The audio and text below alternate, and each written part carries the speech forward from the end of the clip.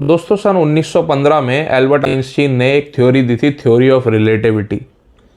इस theory of relativity में उन्होंने काफ़ी सारे कंसेप्ट्स बताए थे। एक कंसेप्ट है ऐसा ही, टाइम डायलेशन। टाइम डायलेशन यानी कि समय का फैलाव। उन्होंने इसमें कहा था time travel differently in different planes, मतलब कि अलग अलग स्थानों पर, पृथ्वी से अलग स्थान पर जहाँ पर कि ग्रेविटेशनल फोर्स ज़्यादा होगा वहाँ पर समय धीमा चलेगा या अलग चलेगा। जहाँ पर ग्रेविटेशनल फोर्स पृथ्वी से कम होगा वहाँ पर तेज़ चलेगा, जहाँ पर ग्रेविटेशनल फोर्स बहुत ज़्यादा होगा वहाँ पे बहुत स्लो चलेगा। इस हिसाब से टाइम डायलेशन की थ्योरी एल्बर्ट आइंस्टीन ने दी थी अपनी थ्योरी ऑफ रिलेटिविटी के अंदर। ये टाइम डायलेशन की थ्योरी एल्बर्ट आइंस्टीन से पहले वेस्टर्न फिलोसफी में नहीं थी। वेस्टर्न कंट्रीज़ में कोई भी ऐसा दार्शनिक, कोई भी ऐसा साइंटिस्ट नहीं हुआ जिसने टाइम डायलेशन के बारे में कभी सोचा भी हो। लेकिन अगर मैं आपको कहूँ कि ये टाइम डायलेशन हमारे शास्त्रों में, हमारे पुराणों में हजारों सालों से है, तो आप विश्वास कर पाएंगे? एक छोटी सी कहानी इसी के रिगार्डिंग मैं आपको सुनाता हूँ। एक समुद्र के अंदर एक राज्य है जिसके राजा है ककुदमी। ककुदमी की एक पुत्री है जिसका नाम है रेवती। ककुदमी अपनी पुत्री रेवती का विवाह बहुत ही अच्छे युवक से करवाना चाहते हैं, लेकिन उन्हें रेवती के अकॉर्डिंग कोई वर मिल नहीं रहा। रेवती के अनुसार कोई वर उनको मिल नहीं रहा। बहुत से उन्होंने युवक देखे, बहुत से राज्यों के राजकुमार, बहुत से बड़े बड़े योद्धा, बड़े बड़े पराक्रमी शूरवीर राजा, लेकिन उन्हें कोई भी पसंद नहीं आया। तो उन्होंने सोचा कि जिसने हम सब की रचना करी है, जिसने मेरी पुत्री की रचना करी है, यानी कि ब्रह्मदेव, ब्रह्मा, मैं ब्रह्मा जी के पास जाऊंगा और उन्हीं से इस प्रश्न का हल लाऊंगा कि मैं अपनी पुत्री का विवाह किससे करूं। तो उन्होंने वैसा ही किया। उन्होंने एक लिस्ट बनाई राजाओं की, राजकुमारों की, और अपनी पुत्री को लेकर के वो चले गए ब्रह्मलोक। ब्रह्मलोक में जाकर के उन्होंने देखा कि ब्रह्मा जी आंखें बंद करके बैठे हुए हैं। वहाँ जाकर के उन्होंने ब्रह्मा जी से आंखें खोलने की प्रार्थना करी, लेकिन ब्रह्मा जी ने थोड़ी देर तक आंखें नहीं खोली। जब ब्रह्मा जी ने आंखें नहीं खोली तो उन्होंने वहीं पर शांतिपूर्वक इंतज़ार किया। जब इंतज़ार खत्म हुआ, जब ब्रह्मा जी ने आंखें खोली और उनकी तरफ देखा, तो ब्रह्मा जी ने पूछा, तुम लोग यहाँ कितनी देर से खड़े हो? तो वो बोले कि महाराज, हम थोड़ा ही समय हुआ है, हमें चंद मिनट हुए हैं, चंद पल हुए हैं, जो भी हुए हैं। तो ब्रह्मा जी ने बोला कि तुम्हें यहाँ जितना भी समय हुआ हो खड़े हुए, लेकिन पृथ्वी पर 27 चतुर्युग बीत चुके हैं। 27 बार चारों युग आकर के बीत चुके हैं। जितने भी जो तुम लिस्ट लेकर आए हो, इनमें से कोई भी राजा, राजकुमार अब जीवित नहीं हैं। उसके संबंधी, तुम्हारे परिवार संबंधी, तुम्हारा राज्यपाट, जो भी, जिसे भी तुम जानते थे पृथ्वी पर, वो सब कुछ नष्ट हो चुका है, क्योंकि तुम लोग ब्रह्मलोक में खड़े हो। यहाँ पर समय बहुत धीमा चलता है। तुम्हारे लिए कुछ मिनट हुए हैं, मेरे लिए कुछ मिनट हुए हैं, लेकिन पृथ्वी पर हजारों साल बीत चुके हैं। जब ये बात कुकुदमी ने सुनी तो उनको लगा, धक्का सा लगा कि अब मैं महाराज क्या करूं।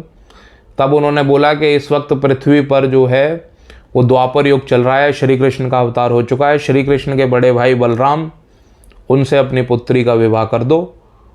तो बलराम की पत्नी रेवती की कहानी है ये। लेकिन इस कहानी से हमें सीखने को क्या मिला? इस कहानी से हमें यह पता लगा कि टाइम डायलेशन की थ्योरी जो 1915 में एल्बर्ट आइंस्टीन ने दी थी, वो थ्योरी हज़ारों साल पहले हमारे पुराणों में लिखी जा चुकी है। ब्रह्मा जी कह रहे हैं कि ये ब्रह्मलोक है, ब्रह्मलोक में समय धीमा चलता है। एक और इसी तरीके की कहानी मुचकुंद, राजा मुचकुंद हैं। ये अम्बरीश के भाई, इक्ष्वाकु वंश में ही हैं, अम्बरीश के भाई हैं, राजा अम्बरीश के।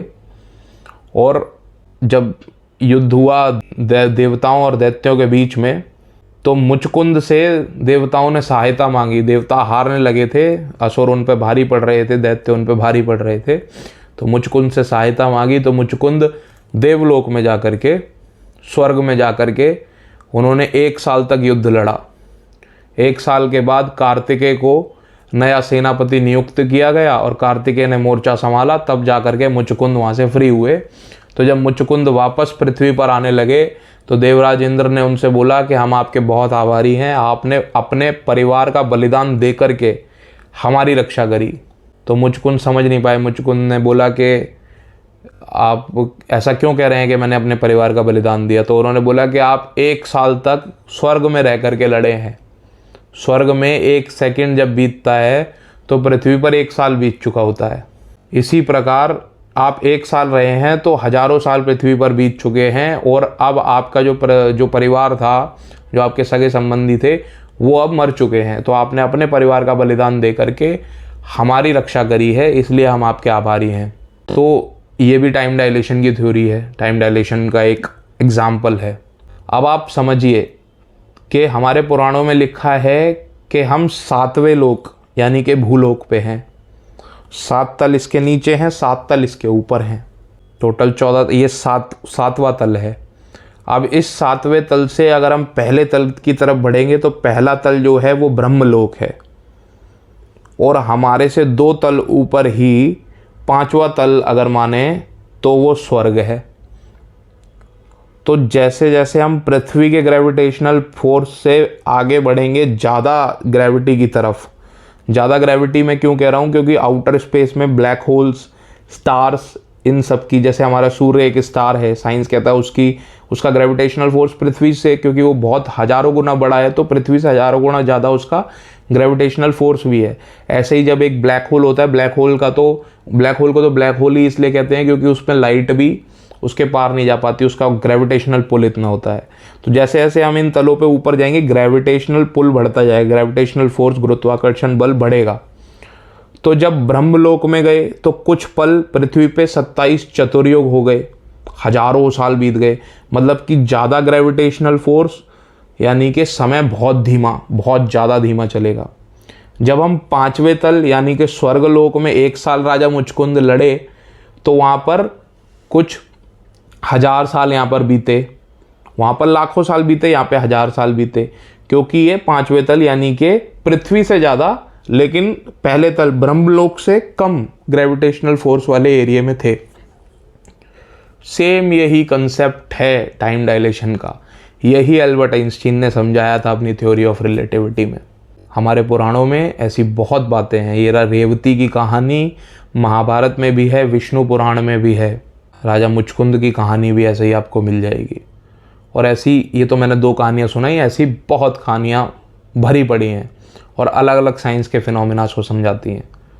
शास्त्र को पढ़िए। जय श्री राम।